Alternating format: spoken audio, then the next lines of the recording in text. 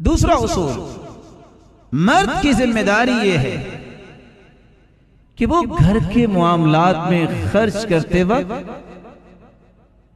Concept یہ رکھے عبادت ہے، بہت بڑا اجر ہے، احسان نہیں. کیونکہ آپ نے جب نکاح کیا تو کہا تھا، ویسے تو آج کل مولانا صاحب کو لایا جاتا ہے کہ نکاح کے چند کلمے پڑھائے، ویسے نکاح تو یہی ہے کہ باپ کہہ دے کسی کو اوجبت علیک کہ میں اپنی بیٹی کی ذمہ داری آپ کے سر پہ رکھتا ہوں، وہ کہتا ہے قبل، تو میں نے قبول کیا اور نکاح ہو گیا. رسول اللہ صلی اللہ علیہ وسلم کی 2 حدیثیں اگر امت کو سمجھ آ جائیں، دعویٰ نہیں، 30% ڈائیورس کے کیسز ختم ہو جائیں. پہلی روایت، ما اطعمت زوجتك فهو لك صدقة وما اطعمت ولدك فهو لك صدقة وما اطعمت خادمك فهو لك صدقة وما اطعمت نفسك فهو لك صدقة. تم جو اپنی اہلیہ کی جائز ضرورت کے لیے خرچ کرتے ہو، جو تم بچوں کی پرورش پہ خرچ کرتے ہو، بھلے وہ لالی پاپ سے لے کے اس کو گاڑی لے کر دیتے ہو کہ میرا بیٹا پڑھے گا، تم اپنے خادم کی تنخواہ اور مشاہرے پہ خرچ کرتے ہو، یا اپنے اوپر خرچ کرتے ہو کہ اللہ میں یہ کھانا اس لیے کھا رہا ہوں طاقت ملے گی دین کی اور خدمت کروں گا، مسلمانوں کے لیے اور خیر خواہی کے پہلو پیش کروں گا. ان 4 مدات میں ملینز اور بلینز آپ نے خرچ کیے. قیامت کے دن جب یہ رجسٹر کھلیں گے، حدیث میں آتا ہے 99 رجسٹر انسان کے حسابات کے کھلیں گے، ان رجسٹروں میں یہ بھی لکھا ہوگا کہ ان 4 مدات میں جو بلینز خرچ ہوئے ہیں اس سارے کا سارا صدقہ لکھا ہوگا. اور دوسری روایت صحیح مسلم کی روایت ہے. آج ہمارے پاس سوالات آتے ہیں، فتویٰ آتا ہے، کیا کریں؟ وجہ کیا؟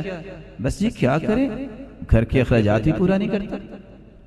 رسول اللہ صلی اللہ علیہ وسلم نے فرمایا، دینار انفقته فی سبیل اللہ ودینار تصدقت به علی مسکین ودینار انفقته فی رقبہ ودینار انفقته علی اہلک.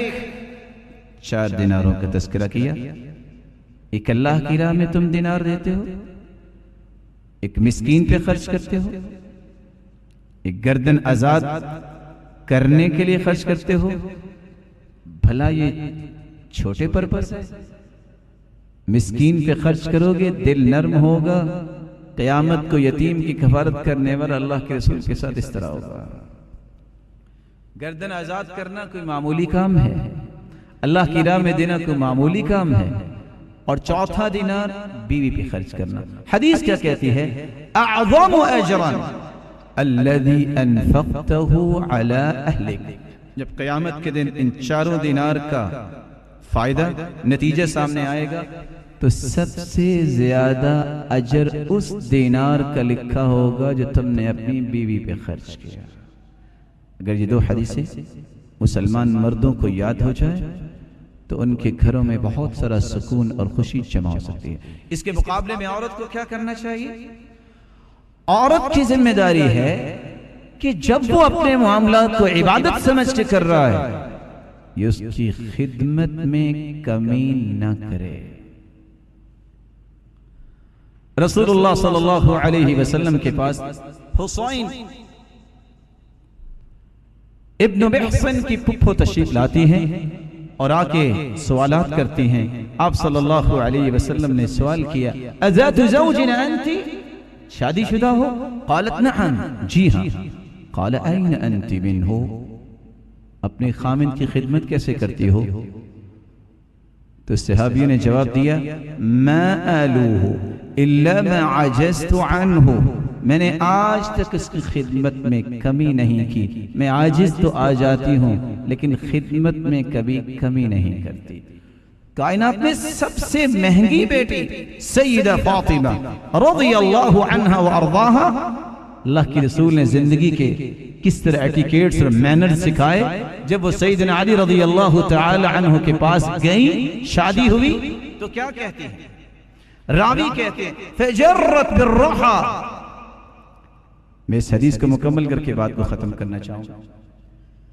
آٹا پیسنے کے لیے چکی خود چلاتی ہے، حتی اثرت بیدیہا، حتی کہ ہاتھوں پہ نشان بن گئے. آج کیا ہوتا ہے؟ فلاں کے ابا آج آٹا نہیں ہے، ایک کی بجائے 10 بوریاں گھر میں آ جاتی ہیں، پھر بھی نہ شکریہ ہوتی. وَاسْتَقَتْ بِالْقِرْبَ، گھر میں پانی کا بندوبست نہیں، مسکیزہ اٹھاتی، چشمے سے پانی بھرتی، اپنی کمر پہ اپنے کندھے پہ اٹھا کے لاتی، حتی اثرت بنحریہا، کندھے پہ نشان بن گئے. آج اللہ تعالیٰ کی نعمتیں دیکھیے، جس گھر میں جس کمرے میں جائیے ہاٹ اینڈ کولڈ، دو سسٹم، پھر بھی اللہ کا شکر نہیں. وَقَمْنَتِ الْبَيْتِ، گھر کی صفائی خود کرتی، حتی غبرت ثیابها، لباس گرد آلود ہو جاتا. وَأَوْقَدَتِ الْقِدْرِ، ہنڈیا خود پکاتی، حتی دکنت ثیابها. اس وقت تو یہ گیس، یہ اوون اور نہ جانے کیا کیا سلسلے آگئے نہیں تھے. کس طرح وہ پکاتی ہوں گی؟ دھوئیں کی وجہ سے لباس متاثر ہو جاتا. زوجین نے مشورہ کیا کہ اللہ کے رسول صلی اللہ علیہ وسلم کے پاس غلام بھی آئے ہیں، لونڈیاں بھی آئی ہیں، چلو گزارش کرتے ہیں جہاں بقیہ مسلمانوں کو غلام اور لونڈی دی گئی ہے، ہمیں بھی دے دے، ہمارے گھر کے بھی معاملات آسان ہو جائیں. سیدہ عائشہ طاہرہ مطہرہ رضی اللہ عنہا کے پاس پہنچے. اللہ کے رسول صلی اللہ علیہ وسلم گھر میں نہیں تھے، قصہ بیان کیا، واپس آ گئے. جب اللہ کے رسول صلی اللہ علیہ وسلم تشریف لائے، فوراً اپنی بیٹی کے گھر آئے. غلام لے کے اور لونڈی لے کے نہیں آئے. کیا کہا؟ الا ادلکما علی خیر مما سألتما، بیٹا جو تم نے طلب کیا ہے میں اس سے اچھی بات نہ آپ کو بتا دوں؟ کہا کیوں نہیں؟ اذا اخذتما مضاجعکما فسبح 33 واحمد 33 وكبر 34 فذلكما خير لكما من خادم. جب کام کر کے تھک جاؤ، بستر کی طرف جاؤ تو 33 مرتبہ سبحان اللہ کہہ دینا، 33 مرتبہ الحمدللہ کہہ دینا، 34 مرتبہ اللہ اکبر کہہ دینا. خادم کام تو کر سکے گا لیکن تمہارے جسم میں تر و تازگی تو نہیں آئے گی. یہ تم پڑھ کے سو جاؤ گے، تھکاوٹ بھی دور ہو جائے گی اور جسم دوبارہ سے تر و تازہ بھی ہو جائے گا.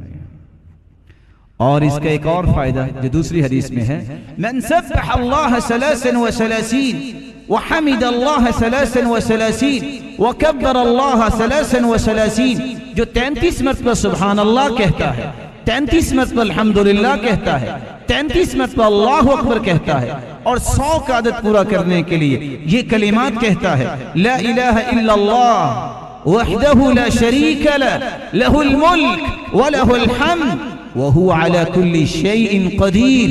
100 پورا ہو جاتا ہے. کفرت عنہ خطایاہ وان کانت مثل زبد البحر، سمندر کی جھاگ کے برابر بھی کسی کے گناہ ہوں تو اللہ رب العزت اس کے سارے گناہوں کو معاف کر دیتے ہیں.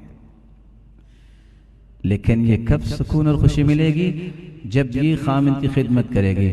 اگر وہ کہے پانی لے آؤ اور آگے سے کہے آپ کو زیادہ چوہدری تو نہیں ہے، میں بھی تو فلاں چوہدری کی بیٹی ہوں، پکڑ لو یہ سامنے پڑا ہے، کیسے سکون آئے گا؟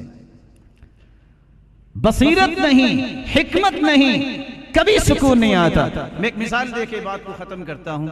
ایک شخص نے کسی عالم سے یہ مسئلہ سنا، ادخال السرور فی قلب مسلم صدقہ، کسی مسلمان کے دل میں خوشی پیدا کرنا یہ بہت بڑا صدقہ ہے. اور اس نے یہ بھی حدیث سنی، تبسمک فی وجہ اخیک لک صدقہ، کسی مسلمان کو مسکرا کر ملنا یہ بھی بہت بڑا صدقہ ہے.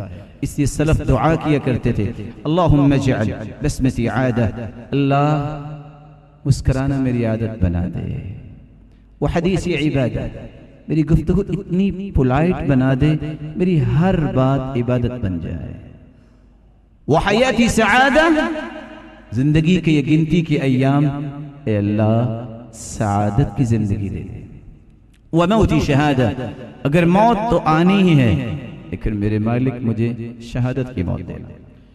خیر اس شخص کو اللہ تعالیٰ نے جب سننے کا موقع دیا اس نے کہا، حدیث میں آتا ہے وَابْدَأْ بِمَنْ تَعُولُ، جب کوئی چیز خرچ کرنے لگو تو سب سے پہلے گھر والوں پہ خرچ کرو. وَابْدَأْ بِمَنْ تَعُولُ، اس نے کہا میں سب سے پہلے تو پھر اپنی بیوی کو ہی خوش کرتا ہوں. اس نے اپنی بیوی کو لیا اور نکلا. اتفاق سے چاند کی دمک اور چمک بھی تھی. وہ صرف خوش کرنے کے لیے پوچھتا ہے ارأیت القمر، چاند دیکھ رہی ہو؟ قالت نعم، جی ہاں. ما احلاها، کیا ہی چاند کی رونق اور دمک ہے. سوال بھی اچھا، جواب بھی اچھا. اب وہ اصل بات، خامن نے صرف اس کو خوش کرنے کے لیے کہ صدقہ بن جائے کیا کہا؟ انت احلا من القمر، جس چاند کو تم بہت خوبصورت کہہ رہی ہو اللہ نے تمہیں اس سے بھی اچھا بنایا ہے. صالحہ اور نیک عورت تھی، اس نے کہا لا بل انت، نہیں بلکہ آپ چاند سے اچھے ہیں. اس نے بھی صدقہ کیا، اس نے بھی صدقہ کیا. اب یہ قصہ کسی ایسے جو ہے وہ جوڑے کے پاس پہنچا، خامن کی خواہش کہ میں بھی صدقہ کرتا ہوں. اس نے اپنی بیوی کو لیا اور نکل کے کہتا ہے ارأیت القمر، چاند دیکھ رہی ہو؟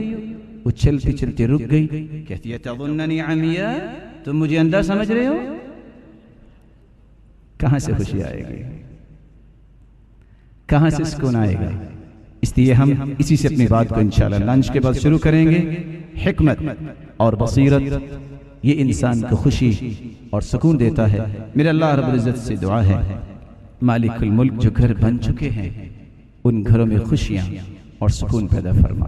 جو بننے والے ہیں ان کے گھروں کو ان خوبصورت بنیادوں پہ قائم فرما کہ وہ زندگی کے آخری رمق تک اللہ کی رضا پہ بھی راضی رہیں اور اللہ تیری رحمت کی برکھا بھی برستی رہے. جس طرح یہ سب لوگ جمع ہیں اے اللہ ان کو جنت الفردوس میں بھی جمع فرما اور اپنے محبوب کی رفاقت نصیب فرما اور اپنے دیدار کا مستحق بنا. وآخر دعوانا ان الحمد للہ رب العالمین.